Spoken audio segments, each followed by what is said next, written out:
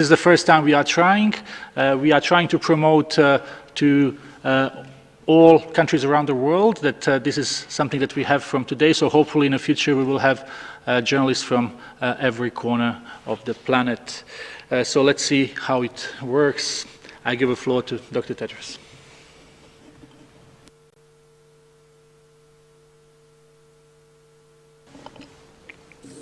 Thank you, Tariq. Havala. Good morning, good afternoon, and good evening. First of all, I would like to wish all who have celebrated Orthodox Easter yesterday, Happy Easter, including my own country, Ethiopia. Today is the first day our press conferences are being interpreted in all official United Nations languages: Arabic, Chinese, French, Russian, and Spanish. And soon we will start Swahili and Hindi. And we would like to make our UN truly multilateral by including more languages, so communicating with the whole world directly. And I would like to welcome all journalists from around the world. And I invite you to ask questions in any of the 6 UN languages, for the time being, of course. And we will keep opening up more languages. And I would like to start by thanking the many musicians, comedians, and humanitarians who made Saturday's One World Together at Home concert an enormous success. So humbled. And the whole WHO community is very, very grateful for the support that really poured all the 8 hours. WHO is proud to have co-organized this event with Global Citizen, my brother Hugh Evans, and also Lady Gaga. And I also want to thank my colleague Paul Garwood, who came up with the idea and has worked incredibly hard for several weeks to make it happen. Paul Garwood is one of our colleagues in the front line. I asked my colleagues to give me crazy ideas, and he did. But as a boss, I take all the credit. And we shouldn't, and I shouldn't do that. And all the credit goes to my colleague, Paul Garwood, from our communications department, who actually told me this idea, suggested this idea, based on my request to all staff who I asked to give me crazy ideas. And I hope all my staff will continue to give me crazy ideas, and my respect and appreciation to all my staff. I'm proud to be WHO. Very, very proud. The event raised more than 127 million US dollars to support several organizations responding to COVID-19, including $55 million for WHO Solidarity Response Fund. The fund has now raised more than $194 million from more than 270,000 individuals, corporations, and foundations. Yesterday, I had the honor of addressing health ministers from the G20 countries. I appreciate the expressions of support from many countries for WHO's coordinating role and our technical guidance. I also appreciate the statements of the G77 and the non-aligned movement expressing their strong support for WHO. As you know, G77 in 133 countries and the non-aligned movement 120 countries. This is a big vote of confidence, and we thank NAM and we thank the G77 countries. WHO's commitment is to science, solutions, and solidarity. Our commitment is to supporting all countries to save lives. That's it. That's our intention. That's what we are for, saving lives. We have spoken previously about the factors countries must consider as they plan to start lifting the so-called lockdown restrictions. We want to re-emphasize that easing restrictions is not the end of epidemic in any country. Ending the epidemic will require a sustained effort on the part of individuals, communities, and governments to continue suppressing and controlling this deadly virus. So-called lockdowns can help to take the heat out of a country's epidemic, but they cannot end it alone. Countries must now ensure they can detect, test, isolate, and care for every case and trace every contact. We welcome the accelerated development and validation of tests to detect COVID-19 antibodies, which are helping us to understand the extent of infection in the population. WHO is providing technical, scientific, and financial support for the rollout of seroepidemiologic surveys across the world. Early data from some of these studies suggest that a relatively small percentage of the population may have been infected even in heavily affected areas, not more than 2 to 3%. While antibody tests are important for knowing who has been infected, tests that find the virus are a core tool for active case finding, diagnosis, isolation, and treatment. One of WHO's priorities is to work with partners to increase the production and equitable distribution of diagnostics to the countries that need them most. To achieve that, WHO has worked with FIND, the Foundation for Innovative New Diagnostics, and the Clinton Health Access Initiative to identify and validate 5 tests that have been validated and can be manufactured in large quantities. Working together with the Global Fund, UNICEF, and UNITAID, we have now placed orders for 30 million tests over the next 4 months. The first shipments of these tests will begin next week through the United Nations supply chain we have established with the World Food Programme and other partners. Solidarity flights continue to ship life-saving medical supplies across Africa to protect health workers who are on the front lines in the effort to save lives and slow the pandemic. Over the past week, WHO has been working closely with the World Food Programme to deliver masks, goggles, test kits, face shields, and other medical equipment to 40 countries. This is part of the overarching drive to keep supply chains moving and ensure key supplies reach 120 priority countries. Through April and May, we intend to ship almost 180 million surgical masks, 54 million N95 masks, and more than 3 million protective goggles to countries that need them most. I also want to highlight the JACMA Foundation's donation of 100 million masks, 1 million N95 masks, and 1 million test kits to WHO. We had a very productive discussion with JACMA yesterday, and he would like to continue to support countries in need. We're also continuing to lead research and development efforts. So far, more than 100 countries have joined the Solidarity Trial to evaluate therapeutics for COVID-19, and 1,200 patients have been randomized from the first 5 countries. This week, we expect that more than 600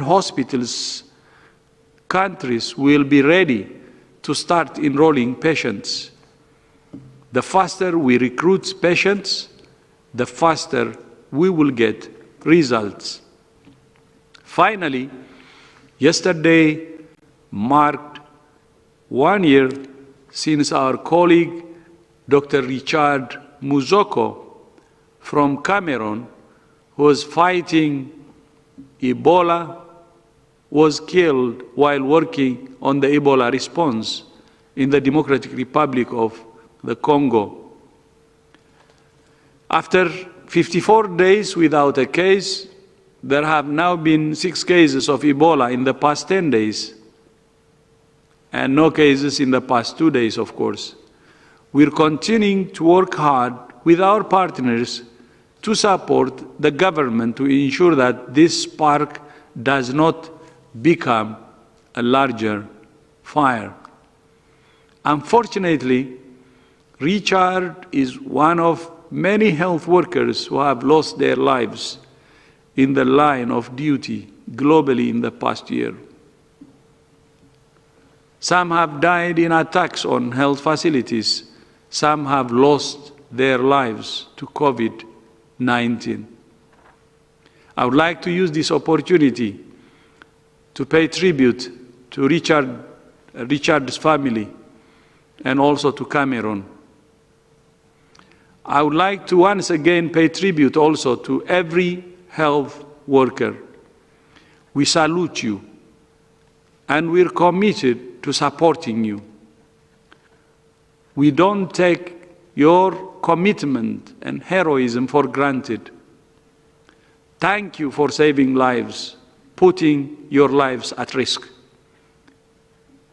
Saving lives while putting your lives at risk. There is nothing more blessed than what you're doing. Please keep doing what you're doing. Save lives. From WHO and the whole world, you have the greatest respect and appreciation. I thank you.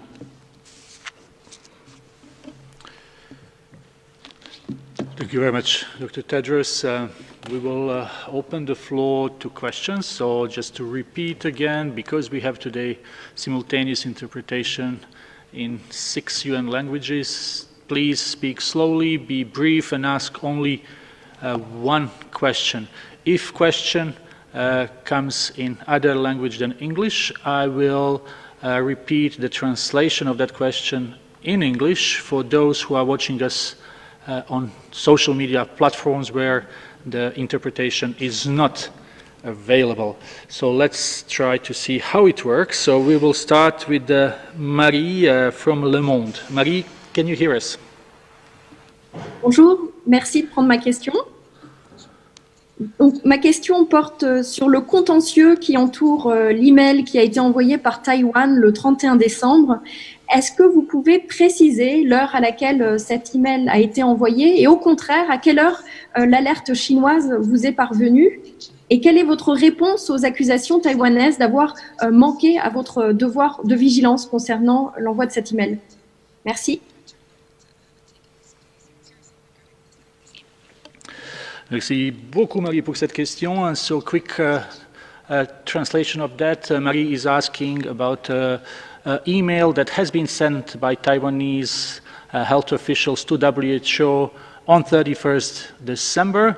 So the question was when this email arrived, when we had the first announcement by Chinese authorities of cases of unknown pneumonia, and how do we answer to claims that WHO was not acting on warning from Taiwan. Thank you.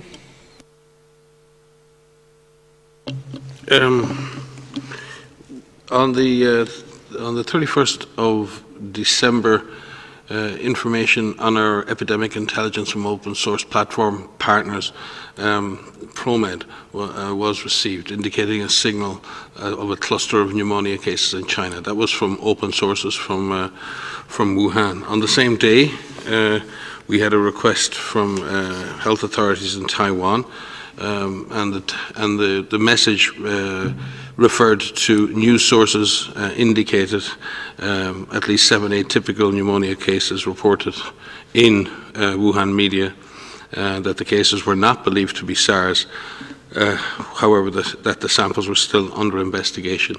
The message requested, with great appreciation, if we had relevant information to share, with a thank you in advance for our attention to the matter. There was no reference made in that query to anything other than what had been previously reported in news media, and actually referred to a response from the Wuhan health authorities clarifying and confirming that the cases existed, the cluster existed. And obviously it turned out not to be SARS, so any SARS test done at that time would have been negative, as would have been influenza samples. Clusters of atypical pneumonia are not uncommon. There are millions of cases of atypical pneumonia around the world in any given year, and certainly in the middle of an influenza season, negative influenza tests may also have been found at that time. So from the perspective of the request we received from Taiwan, it was in line with other information that we had received from other sources, and the message through the iOS platform from ProMed actually had a lot more detail in it based on the news media report, and that request was actually sent immediately on the same day to our country office for follow-up with Chinese authorities, and on the 1st of January we formally requested verification of the event under the IHR, which is a formal process of beyond any informal verification, which requires a response and requires an interaction from the member state. Under the IHR, member states are required to respond within 24 to 48 hours of any request from the WHO for clarification or verification of an event or a signal that we believe may be significant. That process continued, and on the 4th of January, WHO tweeted the existence of the event, and on the 5th of January provided detailed information on our epidemic or our emergencies information site, which is a site for all national focal points around the world. In every member state has a focal point for IHR, usually within the National Health Service, and all would have received a detailed report from WHO giving details on the event, and that would have included an IHR contact point for Taiwan. Taiwan has access to that site, as have other focal points and contact points around the world. On the same day, we would have actually put out our first disease outbreak news, which was a public explanation or a public report on the event, and the process continues after that. So we would obviously like to thank our colleagues in Taiwan for having shared an interesting report, for which we were receiving similar reports from other sources. At no point in the process of communication in this email that's been received was there any reference to human-to-human transmission or any other issue. It was purely requesting relevant information and thanking us in advance for our attention to the matter. So I hope that clears up that confusion. Thank you very much, Ryan. I hope this answers the question from Marie. Now we will go to Kim. Please, Dr. Tedros. So I think Mike answered it very well, but I just wanted to summarize. In its email on 31st December, one thing that has to be clear is the first email was not from Taiwan. Many other countries have already were asking for clarification. The first report came from Wuhan, from China itself. So Taiwan was only asking for clarification. And as some people were claiming, Taiwan didn't report any human-to-human transmission. This has to be clear. They were asking for clarification like any other entity who wanted clarification. So we didn't receive the existence of human-to-human transmission from Taiwan on December 31. We have all the documentations, and the email we received from Taiwan is to get more clarification on the issue based on China's report. So the report first came from China. That's number one fact, from Wuhan itself. Second, the email from Taiwan, like other entities, was to ask for clarification, nothing else. And I may also just add that for those of you who don't know, ProMed, ProMed has been in existence for more than 20 years and is actually a US-based listserv that has provided a lot of early information on epidemics going back over decades. We work with them very closely, and we have actually co-developed with ProMed, with GFIN, which is a Canadian public health intelligence network, and many others around the world, the Epidemic Intelligence from Open Sources platform, which is an AI-driven system which allows the automatic detection of these types of reports all over the world. Our system picks up 7,000 signals, and we pick up those 7,000 signals a month from all around the world, and they all require verification and follow-up investigation. Up to 300 of them require investigations specifically by governments, and it's a massive global process of picking up this information from around the world. And actually all of the G7 countries are now implementing EIOS as part of their core public health architecture, and that system would have been live in all G7 countries at the time of these notifications. Thank you very much. Hope this answers the question from Marie from Le Monde. Now we will go to USA Today. That's Kim Hjelmegard. Kim, can you hear us? Yes, I can hear you. Good evening. A Washington Post story over the weekend suggested that American officials, either working for or with the World Health Organization, communicated January and February information about China's outbreak directly to the White House in real time. Can you confirm if that is accurate? And if so, provide any details about those specific warnings? I'm not aware of any specific communications between U.S. government officials or who are based here in WHO with ourselves and the White House. I am sure there were many warnings, because WHO itself was clearly putting out information on this event since the very beginning. I'd be surprised if there weren't some science-based discussions going on around the implications of this event. In fact, I'd be quite shocked if there weren't. But I do know, what I can tell you is that we, as WHO, since the 1st of January, and we've had 15 US government secondees embedded in our program specifically on COVID. Since that time as well, on Ebola, and going back into last year, but just since the 1st of January, 15 others.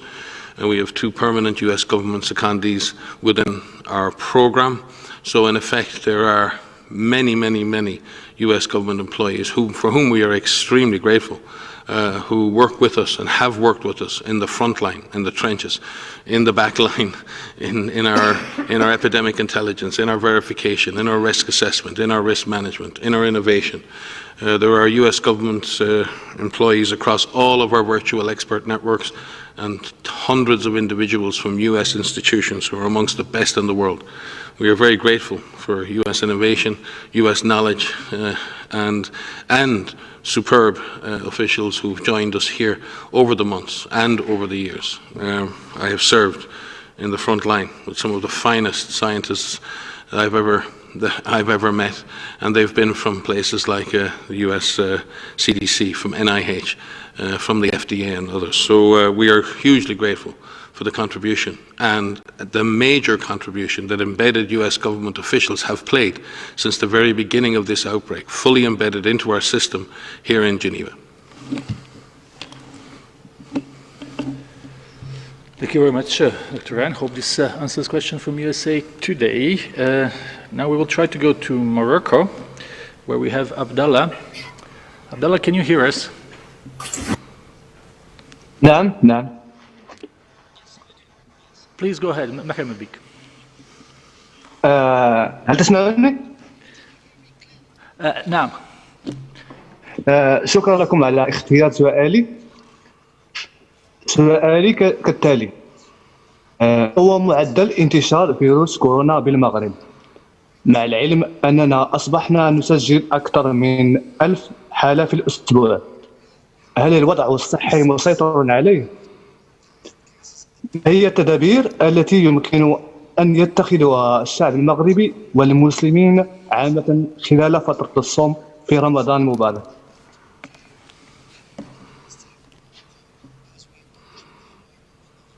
شكرا لكم.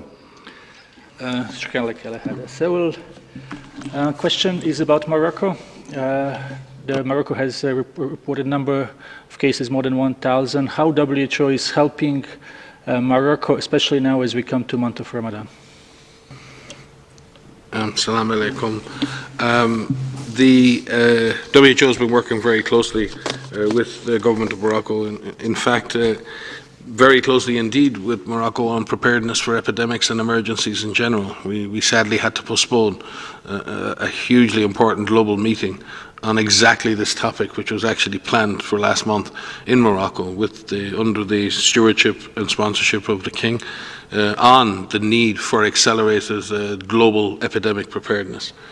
So we've been working extra closely with Morocco over a large number of months on the topic of epidemic preparedness. With regard to the response, our Eastern Mediterranean Regional Office based in Cairo has been working very closely with Morocco on diagnostic testing, on many other aspects of the response. With regard to the holy month of Ramadan, the Eastern Mediterranean Office, again in Cairo, has been providing global leadership across our organisation in developing detailed guidance for authorities and for religious authorities on the safe implementation of Ramadan celebrations and Ramadan observances. That advice, I believe, is now available. We also, through the EpiWin platform, through our network for information for epidemics, have engaged specifically with religious communities, and within that specifically with those of the Islamic faith, to work on how we can reduce risks and use the hugely valuable resource of religious networks to get the message across about risk reduction, about hygiene, but also to make religious observance safe. And we thank those leaders in the Islamic community who have engaged so closely with us in this regard.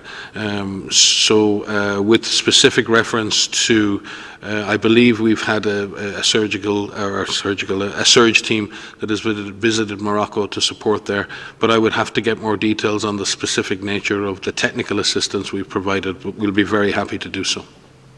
Maria? Yeah. To supplement that, so Morocco has incredible leadership and work that they've done in the past on influenza and on MERS. And through our regional office, our Eastern Mediterranean Regional Office, have built up capacities over many years, over decades, in terms of abilities for diagnostic testing, which has been valuable for COVID-19. In addition to that, people from Morocco have participated in many trainings that have taken place over the last many years relating to rapid response teams in terms of how to find cases, how to do contact tracing, how to do these detailed investigations around cases and clusters. And so from that work from influenza, from that work from MERS, and now with this work with COVID-19, there's an incredible base to be able to respond. Reflecting on what you said in terms of 1,000 cases per day, there certainly is a challenge ahead in terms of being able to identify and care for those cases. WHO has provided guidance to Morocco and to all in terms of how to care for cases, how to manage cases, whether these are cases who have mild disease, and they could be cared for in a medical facility or at home safely, and severe cases as well. And so there's guidance that is available to everyone, which we have made available through our website and through our regional office, and to provide an exchange between technical counterparts and people on the front line through our open WHO platform via trainings. So there's a lot of materials that we have provided for all countries, including Morocco, and we know that you have the capability to be able to work through this and to mount a good fight. Thank you very much. Hope this answers the question of our colleague Abdullah from Morocco. Now we will go to Valentina from Sputnik. Valentina, can you hear us? Hi, can you hear me? Yes, please go ahead. Thank you very much for taking my question. I would like to hear WHO's opinion regarding the recent study by the Stanford University. It hasn't been peer-reviewed yet, but it is based on antibody samples from some 3,000 people in California and suggests that the actual number of COVID-19 cases may be 50 to 85 times higher than the official figure. You previously said that we might be missing out some mild cases, but does WHO have any data or reason to believe that the actual number might be so much higher? And could it mean that we are on the track to get so-called herd immunity across the globe? Thank you very much. So thank you for the question. So yes, we are aware of a paper that's been put in pre-publication. So this is on one of those online servers that some researchers put their papers on before they go through peer review. And it is a paper that looks at antibody levels in Santa Clara, California. This is one of many studies that is currently underway, that is currently in pre-publication, which is attempting to look at the presence of antibodies in individuals in different countries. And so the goal of this study is to be able to detect unrecognized cases that may have been missed through current surveillance systems, which is now how cases are being picked up through molecular testing or the PCR testing. So this study is one of many which has suggested that there's a proportion of the population who have antibodies to COVID-19. I'm not going to comment specifically on what percentage this study had, but what I can say is that a number of studies, which we are aware of, again, in pre-publication, we haven't seen the full details of all of these papers, have suggested that a small proportion of the population, a few percentage in the single digits, up to 14% in one study that we've seen in Germany, have antibodies to COVID-19. So that means that they have evidence of past infection. It doesn't mean active infection. It means that they had infection at one point in time. What is really important for us to be able to do to put these numbers into context is to understand how the studies were done. For example, how did they find people to test? Where did they look for those subjects? Is it a random selection of people in the population? Does it come from blood donors who tend to be healthy adults? What types of tests did they use? What types of antibody tests did they use? And how well do those tests actually perform in terms of being able to measure what those tests say that they're able to measure? And then, of course, there's many other methodological issues that need to be assessed when looking at these types of studies. So what we are doing is we are working with a number of countries right now who are carrying out these sero-epidemiologic studies. We've helped to provide some methodology to carry out these studies in terms of what are the good types of studies, what are the robust methods that can be used. We are working with these countries on validated serologic assays to be able to test for those antibodies. And then with those results, we put those into context. I think initially, with some of these early studies, we see a lower proportion of people with measured antibodies than we were expecting, I think. And it indicates that a lower number of people are actually infected. And so I think before we go too much into detail into what this means, I think we need to have a better understanding of how all of these studies were done and to put these into context over a large number of studies across multiple countries.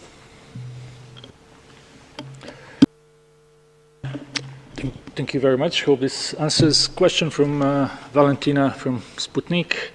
Now we go to Gabriela Sotomayor from Mexican News Agency. Gabriela, please go ahead. Hi, thank you very much for taking my question.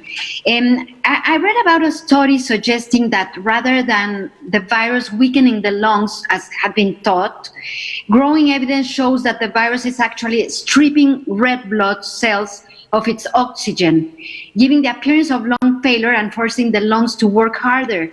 So without oxygen, the body is effectively being starved of energy and dying. So what are your comments on this? Did you hear about this? Thank you very much. Yeah, I believe it's likely that Both processes are occurring. There's certainly no question that there's a direct impact on lung tissue from the virus itself, but there is this observation of rapid desaturation or rapid loss of oxygen in the blood, and we've seen many, many reports of this, and clearly there are multiple physiologic or pathological pathways in action here. It's not just the lungs are affected; many other organs are affected, and I think it's a dynamic issue. There's also the direct effect of the virus, and then there's the immune response to the virus. And in effect, we may be seeing in some cases a very robust immune response. Sometimes the immune system overreacting, and we've seen this in many other emerging diseases as well. So we may see a mixture of the immunomodulated responses. In other words, responses to the virus that are modulated by the immune system that may help kill the virus, but they may also do tissue damage. We see the direct effect of the virus itself, and then we see the effect on the oxygen carrying system, which begins in the lungs, continues in the red blood cells, and goes all the way to the tissues. And at this point, I believe clinicians around the world and pathophysiologists are really looking at what is the contribution of each of these potential pathways to the overall morbidity and overall mortality of this disease. Thank you, Dr. Ryan. And now our colleague Catherine Fiancan. Can you hear us, Catherine, please? Yes, I hear you. Do you hear me? Yes, please go ahead. Okay, thank you. Good evening to the three of you. First, before asking my question, I would like to have a clarification on a question that has been asked by a colleague before about that US media article that reported that there were US CDC experts working from the beginning on COVID-19 at the headquarters here in Geneva. So please, Dr. Tedros, could you elaborate a little bit on that and clarify this before I ask my question? Thank you, sir. Sorry, was that the question? Maybe you go with the other question so we just get it all together, please. Okay, so the other question that I had is about vaccine, COVID-19 vaccine. A lot of scientists are working on it for the moment in the world, and in Switzerland there are scientists that are saying that they will be able to deliver a vaccine in about 6 months. That means for October, and eventually, if all the agreements, the official agreements are received, that vaccination could be started on Swiss population. I would like to have your opinion about inoculating a vaccine against a virus that is not already totally known by scientists. Is it dangerous or not? Thank you. Thank you, Catherine. So we had one clarification and one question. Yeah. The Director General may wish to speak on this. I can only speak in relation to the emergencies program, which is the program I run and the one that deals specifically with emergencies and epidemics. We've had, as I said, a very close working relationship with many institutions around the world. And again, by way of clarification, we've always had two permanent US secondees in the program. One who works specifically on influenza preparedness and response, and another who works very specifically in the area of epidemic readiness and emergency readiness at country level. For different events, including Ebola, we often have US CDC secondees here with us under the framework of the Global Outbreak Alert and Response Network. Right now, as I speak, we have World Food Programme colleagues, Clinton Health Access Initiative colleagues, we have UNICEF colleagues embedded here with us working on the supply chain network. We have colleagues embedded from other scientific institutions from around the world. But I would say that we always have benefited from a huge support, particularly from US federal institutions, but also from academic institutions and others. And in relation to this specific COVID response, have since the 1st of January had 15 details, in other words, 15 CDC staff who've been detailed specifically to work with us on COVID-19. And they've been exceptionally valuable and have worked across the spectrum, from risk communication to epidemiology to risk analysis to risk assessment, and beyond. So that's a clarification on those numbers, but also to say that's in the framework of a much larger collaboration with institutions from around the world. And I hope that specifically answers the clarification regarding who's been here. Maria, you may wish to add. Yeah, just to say that, working with colleagues from US CDC and from NIH and from academic partners is very usual for us. As an evidence-based organization, we work with all researchers all over the world, and so we have very close relationships with colleagues from CDC, with our very close partners. We work really closely with them before this began on MERS, for example. This is COVID-19 is a very closely related virus to MERS and to SARS, but we had an active, ongoing, almost daily communication with our close colleagues from CDC on MERS, which we were able to utilize very quickly for COVID-19 because of the similarities. And so it isn't unusual for us to do that. We have many US CDC colleagues on our global networks. So these are the networks of colleagues on clinical management, on infection prevention and control, on laboratory, on mathematical modeling and epidemiology that are working directly with us, and we really value this relationship. They've helped us to develop these zero-epi protocols that you've heard me speak about, and they're really great partners. Yeah, and also just by way of a thank you to the American people, you see Maria sitting before you. On my core staff, I have 31 US citizens. Maria leads the overall health technical response. Janet Diaz from California leads the whole clinical response. Mark Perkins leads the whole laboratory response.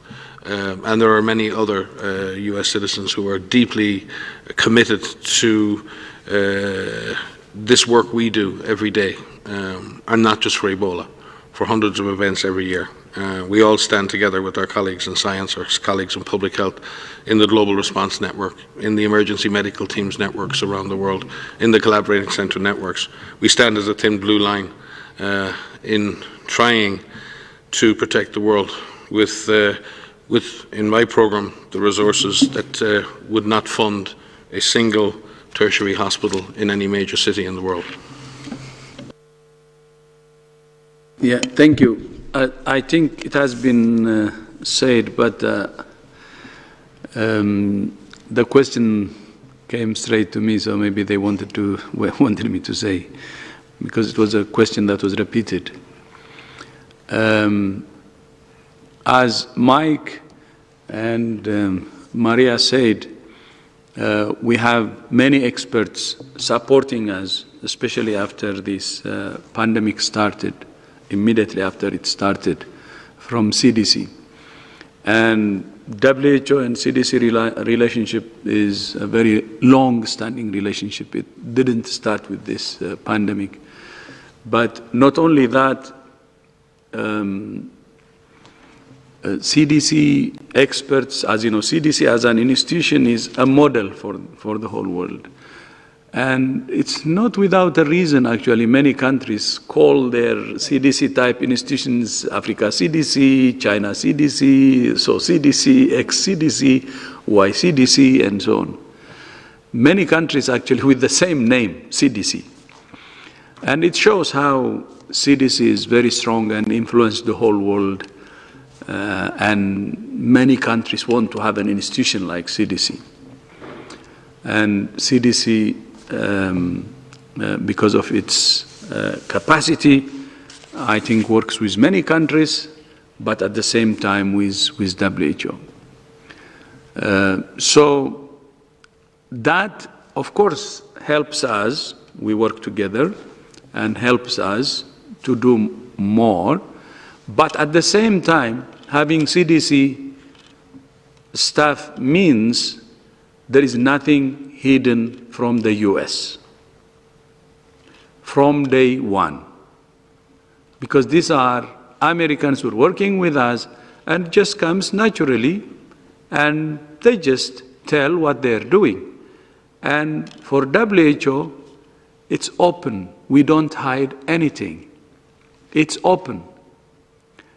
Not only for CDC, them sending messages or others, we want all countries to get the same message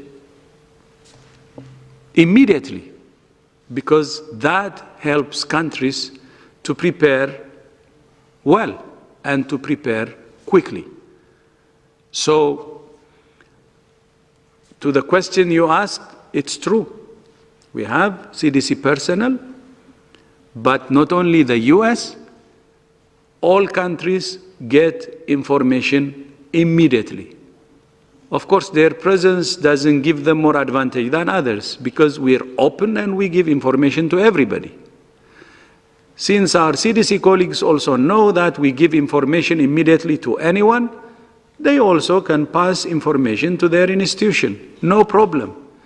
There is no secret in WHO, because keeping things confidential or secret is dangerous. It's a health issue. It should go immediately. And that's why everybody, whether they're inside with us to help, or ourselves or other experts from other countries, send out messages immediately. That's what we want. There is no secret in WHO, because it's about lives. And life is very precious.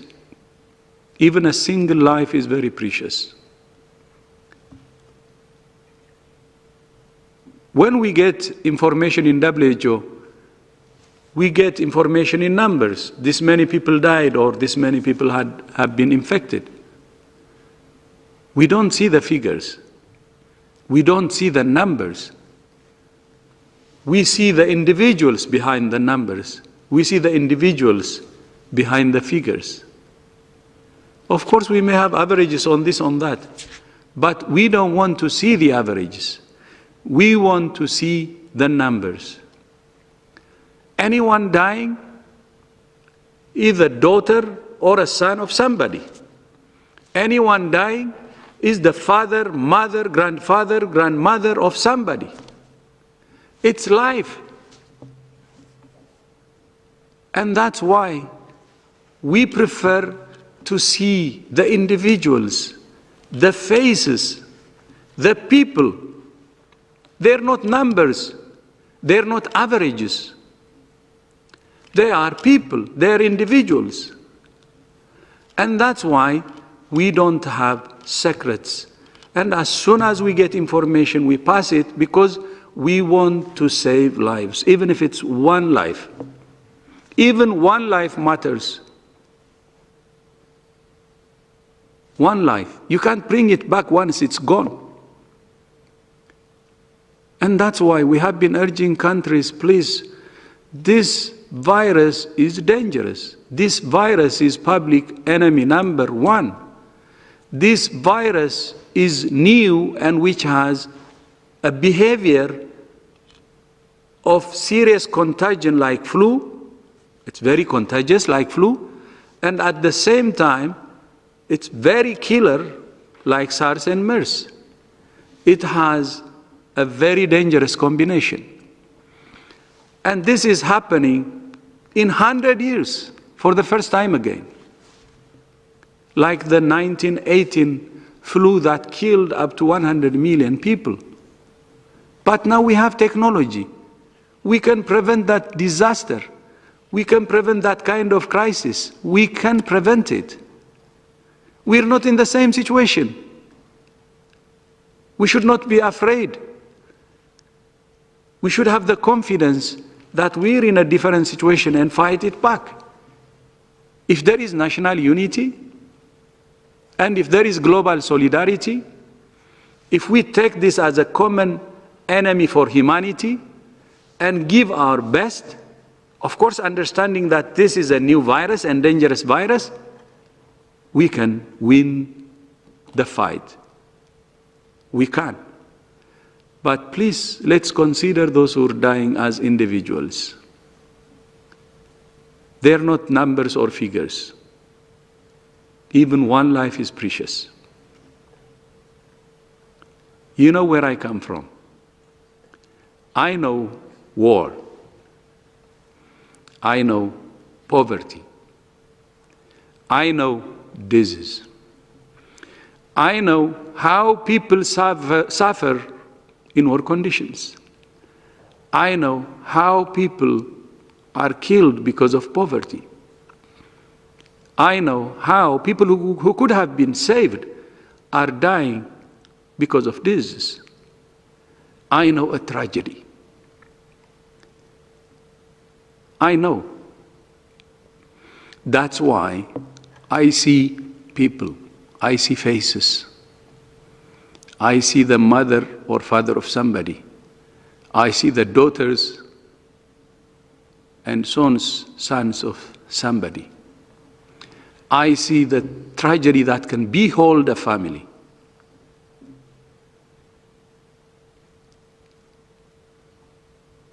I see that.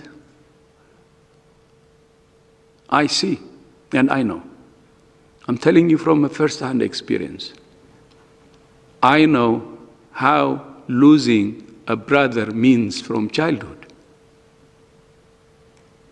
I can tell you all the tragedies I have seen. That's why in my last prayer I said, let's not play with fire. This is a tragedy which is already affecting many families. Many are losing their loved ones. So we don't hide information, because I know what poverty means. I know what war means. I know what killer disease means. I know what is behind all these problems. And I have been warning, we have been warning from day one. This is a devil that everybody should fight. Then the solution we're proposing, we need national unity. Strong national unity. Everybody fighting this virus. Taking care of their citizens. Taking care of real people. We need global solidarity. That's cemented on genuine national unity. Without the two, without national unity and global solidarity, trust us, the worst is yet ahead of us. Let's prevent this tragedy. It's a virus that many people still don't understand. Many countries are very developed, putting the wrong conclusions because they didn't know it and got into trouble. And we warned even developed countries saying this virus will even surprise developed countries. It did. We said that. It will surprise even wealthy nations. We said it, it's on record. Let's stop additional surprises. Let's stop tragedy. Hundreds of thousands now dying is serious. Even one life is precious. Let's say enough is enough. Thank you. There was a question on vaccines. Maybe Maria can help. Thank Thank you, Tarek. The question was about the development of a vaccine and the claim about rapidly producing one in perhaps 6 months. So we welcome all work on the development of a vaccine and as rapidly and as safely as possible. We welcome this. The question was about whether or not you can develop a vaccine on a virus we don't yet know, if I understood the question appropriately. There are more than 10,000 full genome sequences that have been made publicly available from all over the world. And there are a large number of scientists and virologists who are looking in detail at each full genome sequence that is available. And we thank all countries, everyone who has made those sequences available, because that allows us to check these viruses and see if the virus is changing. And what we see among these 10,000 viruses is that it is relatively stable. There are little changes, normal changes in viruses, but nothing that's unexpected. And so the development of a vaccine on viruses that are available is good. And so there are many vaccine candidates that are in development, and we're working with many partners to accelerate this. And so as quickly and safely as possible, we welcome this, and we welcome not only the development, but the equitable distribution of any vaccine that does become available, because we will need a vaccine in the future. Thank you very much. We have time for one or two more questions. So let's try to go to Yang from Xinhua. Can you hear us? Yeah. Can you hear me? Yes, please, go ahead. 晚上好，我是新华社记者杜阳。在联合国中文日，很高兴能在联合国中文日用中文向世卫。在刚才的答记者问，谭德赛总干事特别强调了数字后的每一个家庭。我的问题是，在这次抗击疫情的过程当中，有没有哪些人或者哪些事让谭德赛总干事觉得特别感动的？谢谢。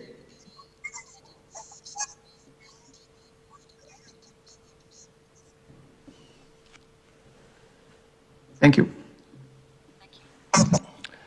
Thank you. The question was for Dr. Tedros, if he would have any stories. No, I was saying when, okay, 100,000 people died or 200,000 people died. What I was saying was, let's not focus on the numbers. When you say 100,000, for many people, it could be just figures, numbers, and it may not mean anything. But what I am saying is, let's believe that behind those 100,000, there are 100,000 people, faces, the mother of somebody, the father of somebody, the daughter of somebody, and the son of somebody, or the grandfather of someone. These are real people. Let's not trash them into numbers. And the reason I feel this way is, I said it earlier, I know war. I know how people suffer. And from that war, when a loved one loses its life and how the family feels, I know poverty. And I know people who died of poverty, and I know how their family or loved ones feel about that. I know disease that could be prevented, that killed people. And I know how the family feels. When we think about death or disease, I was saying let's bring into account that these are real people. And that's what we're losing, real people who could be saved, but who might be dying because of our own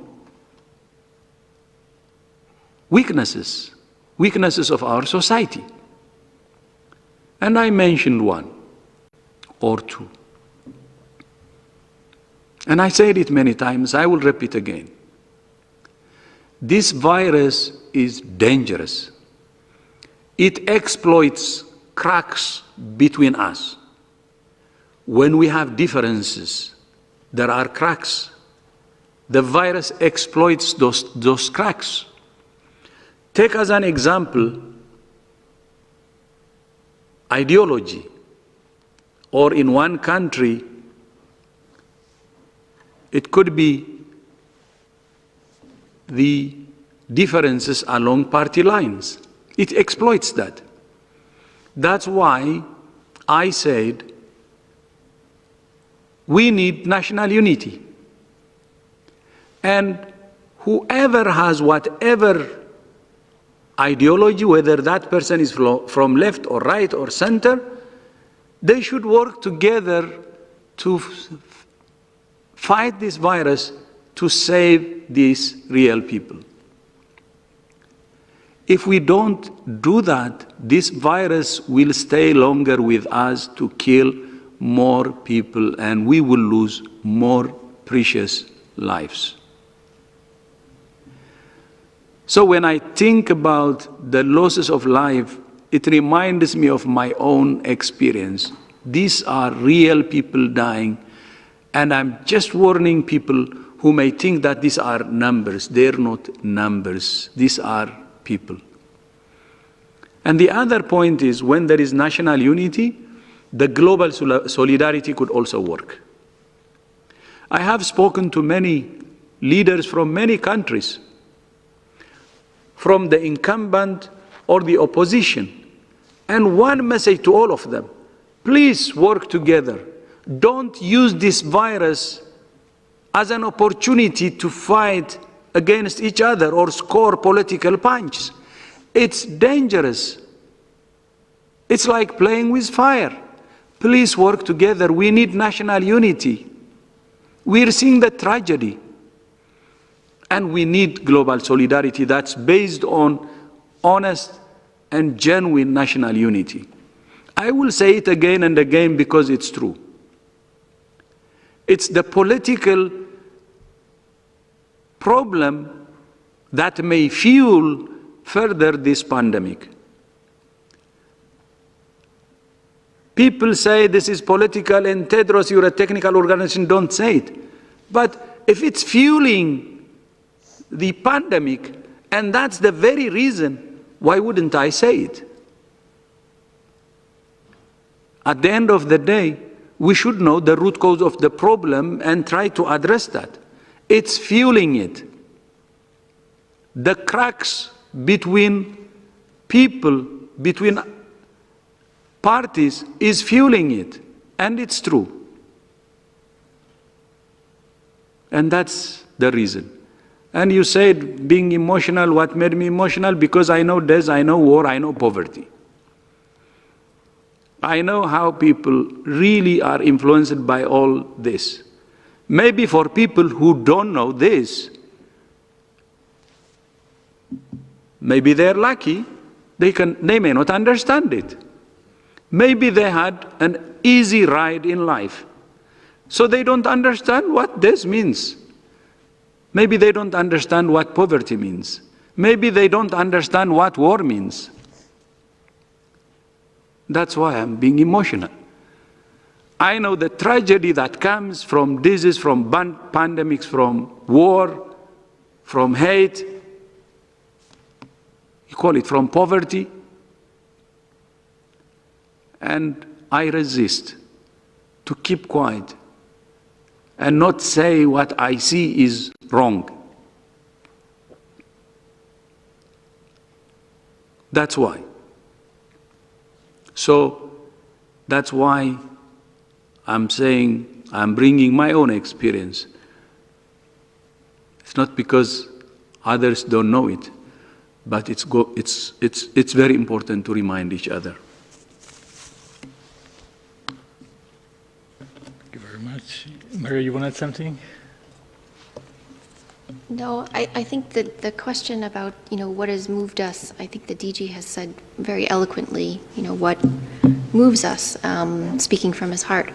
I think from my side, one of the things that's moved me the most are the videos of the healthcare workers who have not been able to see their children or not be able to hug their children. And there's so many videos of this online now. And there was one in particular of a man coming home from work, and his son ran up to him and he put his hands up, and it just got me.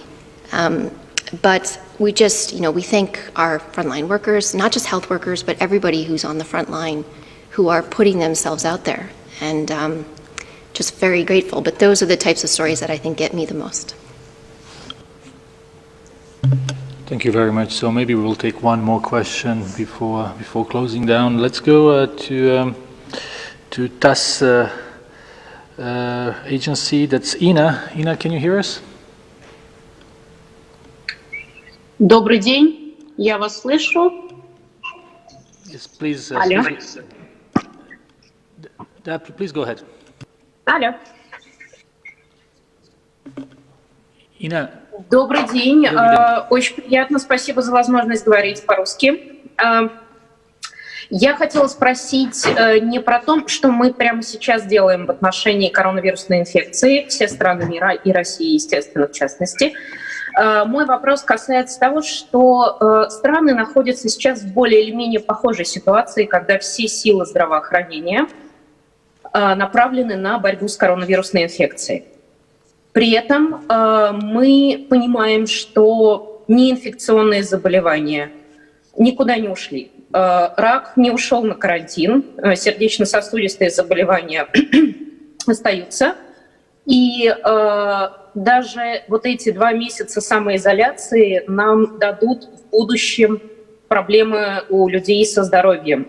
Что планирует ВОЗ в этом отношении рекомендовать, когда мы начнем выходить из этой самоизоляции? Спасибо.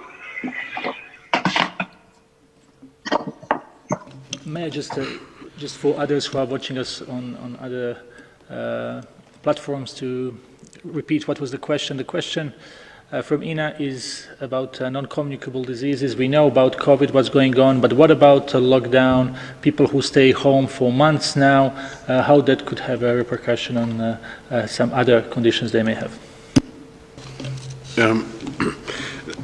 There is no doubt that certainly the lockdowns have had a major impact on social, economic, and also on the delivery of other health services. Health services themselves and health systems and whole hospitals have become overwhelmed. The disease was not contained or suppressed initially in a way in which the hospitals could be protected. So in that sense, people lost access to the hospitals because they very often became overwhelmed by COVID cases, or elective surgery was cancelled as a means of creating hospital beds, which is perfectly appropriate. But elective surgery does not mean unnecessary surgery, for example. That's elective in that it can be carried out in a planned way. It is still necessary surgery. Cancer chemotherapy, others, immunization programs in many countries are an absolutely vital defense against other infectious diseases. So there is no doubt that other health services have come under pressure in all systems. And we've had a group working very, very hard on sustaining continuity of other health services during this time, so that basic, essential health services under the Rubicon of universal health could be and can be still be provided. And therefore, no one would like to see the public health and social measures, those broad-based measures which many people refer to as lockdowns. Everybody wants to be able to see those lockdowns transitioned away from. It's very important. The difficulty is that those measures were put in place to suppress what was an intensely burning epidemic. They were an emergency measure put in place by governments who had seen an exponential rise in cases, and in many cases, unlike in the cases of some of the Southeast Asian countries, the initial attempts to do containment failed, and the disease spread and accelerated. And in that situation, there was very little option for countries but to impose this type of lockdown. The difficulty is unlocking or transitioning away from those measures means there is always the chance that the disease may rebound. And we've been saying quite clearly, in order to move away, and we need to move away from these lockdowns, but we need to not move away from lockdown. We need to move towards something else. Moving away from a bad thing or something that was necessary and that has caused so much hardship for people is a good thing. But if you don't move towards something else, you may be back exactly where you started before you know it. And we need to move towards empowered people and communities who understand how to protect themselves and how to protect others, and who are willing to continue with the degree of personal hygiene and physical distancing that will be necessary going forward. We need to move towards stronger public health capacities, not just testing. Testing is a hugely important central piece of surveillance, but we need to train hundreds, thousands of contact tracers. We need to be able to find cases. We need to be able to isolate cases who are confirmed. We need to be able to quarantine contacts. We need a system.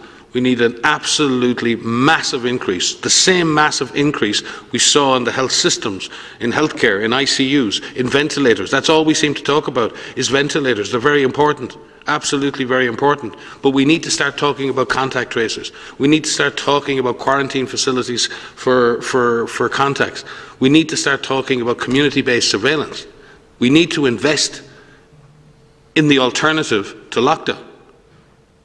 And we need to strengthen the healthcare system at the same time, so the same tragedy of overwhelmed health systems does not emerge again should the disease rebound. We have said this since the beginning of this epidemic, pandemic. We have said this since the beginning. So we will work with countries and support them to put in place those systems. And we see many countries moving very carefully and in a very united way towards those objectives.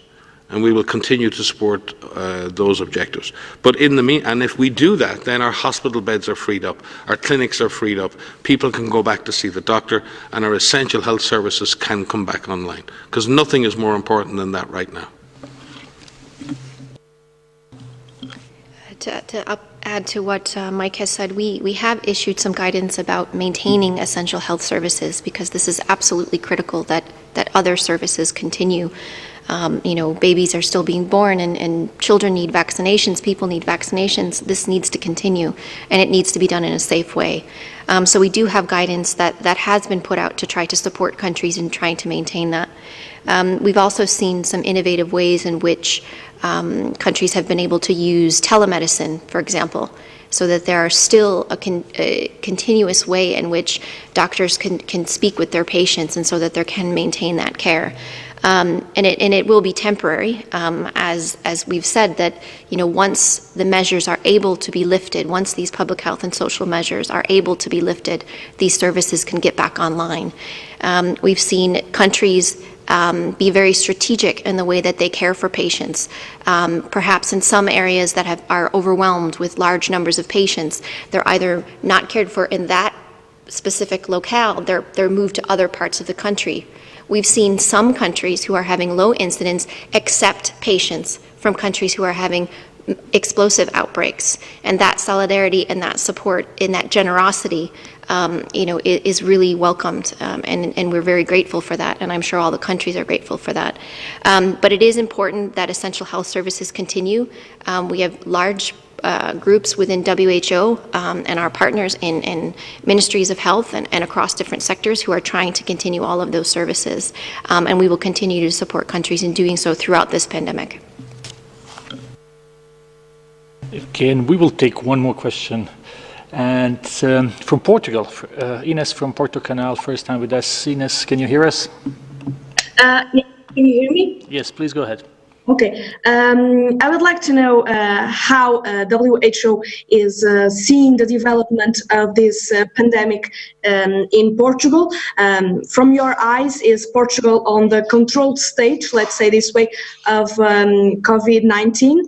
And also, if you allow me, I will ask you one more question.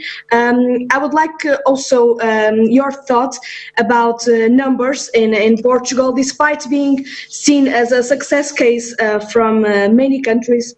Portugal has one of the worst numbers per million of inhabitants in positive cases and also in mortality rates. So I would like to get your thoughts also in this matter. How do you see it?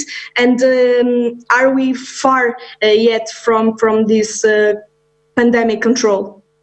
Thank you.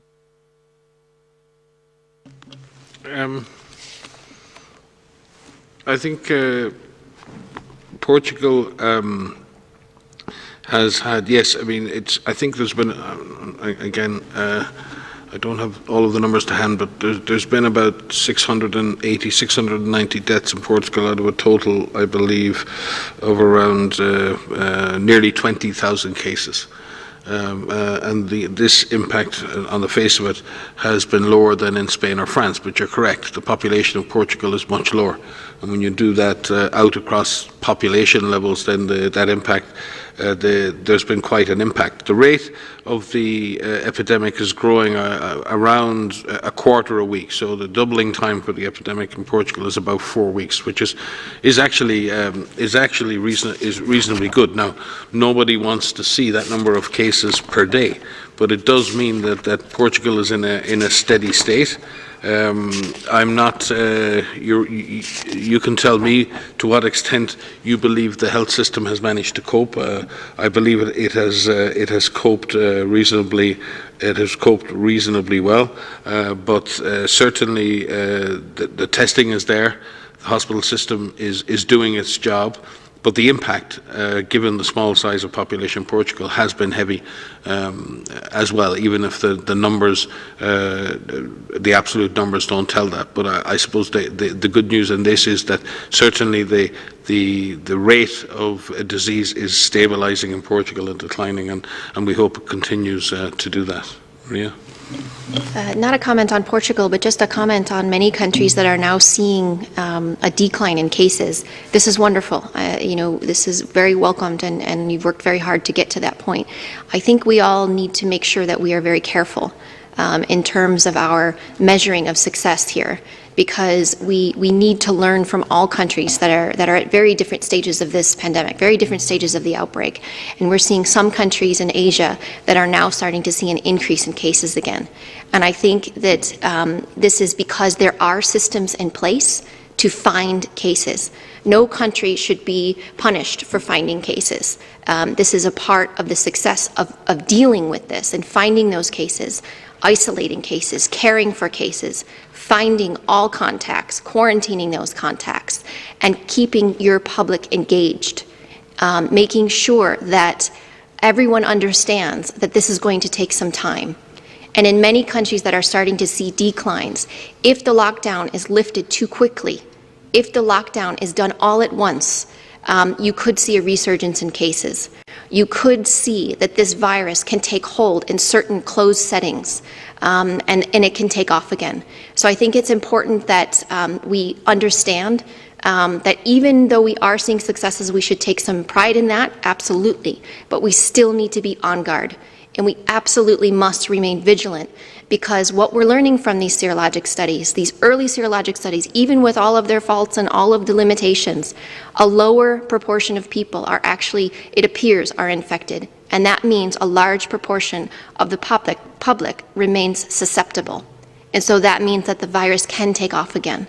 And so we need to ensure that the measures that are put in place are done carefully, but also that when they are taken away, they are also done in a slow and staggered and in a controlled way, and that the systems are in place, the workforce is there, the people are there to detect these cases, find the virus, find contacts, and we have locations where they can be cared for safely. Thank you very much. We will take one more question, and that's from Helen Bransfeld. Helen, can you hear us? Oh, thank you very much for taking my question. I know vaccine isn't going to be ready yet, but at a point it will be, and there's going to be a lot of competition for early supply. Is WHO working with countries to try to come up with a fair allocation system to try to ensure that what is available is distributed broadly and fairly? Thanks, Helen. Yes, WHO, as always, works on these issues, and as you know, we work on a large number of global vaccine allocation mechanisms within the international coordinating groups for meningitis vaccine, for yellow fever vaccine, for cholera vaccine. We also have similar mechanisms for diphtheria antitoxin. We've worked for over 20 years in trying to ensure that products like vaccines are distributed in emergencies on the basis of epidemiologic need and on the basis that they will do the most good in combating the disease and preventing spread. And we intend to do exactly the same here. This vaccine development is hugely welcome. The development and upstream development of products is very, very important. But what's also important is scaling up and ramping up production of those vaccines so that they can be allocated fairly across the world and do the best possible good. Even if we do have enough vaccine, and even if that vaccine is allocated, we've got to have the systems to deliver that vaccine, which will probably be well beyond. We're very good at delivering vaccines in children. As a global health architecture, we're not very good at delivering vaccines in other than children and adults. Secondly, we have to be sure that communities are fully on board. We've seen a lot of problems with vaccine acceptance. So when we look right along the value chain of vaccine development, we're very focused on the product development, and that's very important. But there are whole ranges of things that need to be done downstream to make the use, the scale-up, allocation and use of any product successful in public health terms. And all along the way, we have to keep safety and efficacy in mind. There are many initiatives emerging around the world. I've heard of initiatives in the UK, in the US, in Italy. It's really, really important at this point that there is cohesion, coordination, collaboration at the global level. There are 193 or 4 or more countries and populations and peoples that share this planet. They all deserve to have access to the benefits of a vaccine, and we must ensure that all nations benefit from the development of such a vaccine, and it is WHO's intention to create the convening and forum mechanisms and forums to ensure that happens as quickly as possible. And I'm sure the Director General may wish to speak to how he is working with Bill Gates, with other governments, with other leaders around the world to pull together the necessary coalitions and the necessary coordination and the necessary coherence in order that everybody, in doing their job, everybody has a job.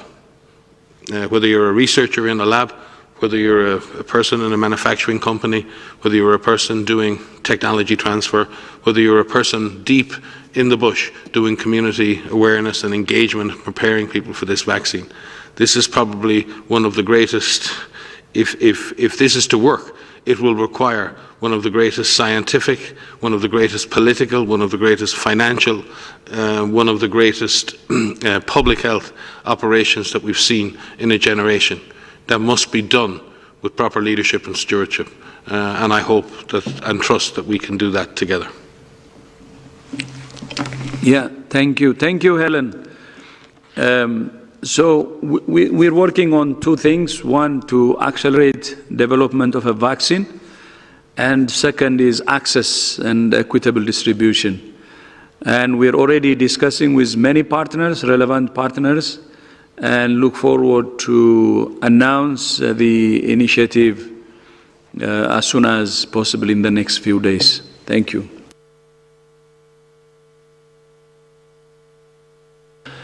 Just one clarification Dr. Ryan would like to make before we conclude. No, I just want to make one clarification regarding remarks I made on Friday in response to a question from a Chilean colleague regarding diagnostics and in Chile. I think our colleague asked about testing and discharge testing. I misinterpreted that, and I spoke about antibody testing in general. And my comments on antibody testing are on the record, and I'm very, very happy with those comments. But I did want to clarify that I wasn't speaking in reference to the discharge criteria that are currently being used in Chile in accordance with the WHO guidance, because my comments may have caused some confusion in Chile, and for that I apologise.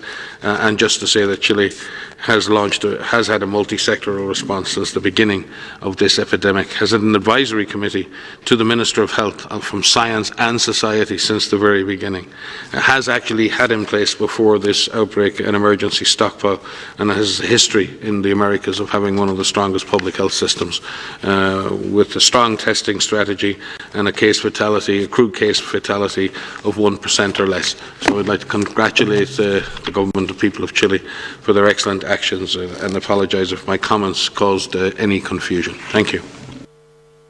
Thank you very much, Dr. Ryan. We would thank everyone who was watching us today. This was our first time to have a simultaneous interpretation. I think we are all happy that we had journalists asking questions in different languages. We were all only missing Spanish. We hope that will come next time. And we will send the audio file in English. We are looking now how to do for other languages. This is really just the beginning, so hope things will go in the right direction, and we will try to have even more journalists and promote this press briefing all around the world. Thank you very much, and have a nice evening. Yeah, thank you. Thank you, Tariq. And once again, we salute our health workers. This is a day when we remember Dr. Richard Muzoko, who gave his life while saving others, fighting not only Ebola, but fighting bullets. Imagine working to save lives in the middle of a war. That's actually the face of WHO. And now, in the middle of this crisis, many more health workers are losing their lives to save others. And we salute you. All the respect and appreciation from us. And to our journalists and others who are following our program, I would like to say thank you so much for joining, and see you again on Wednesday. All the best.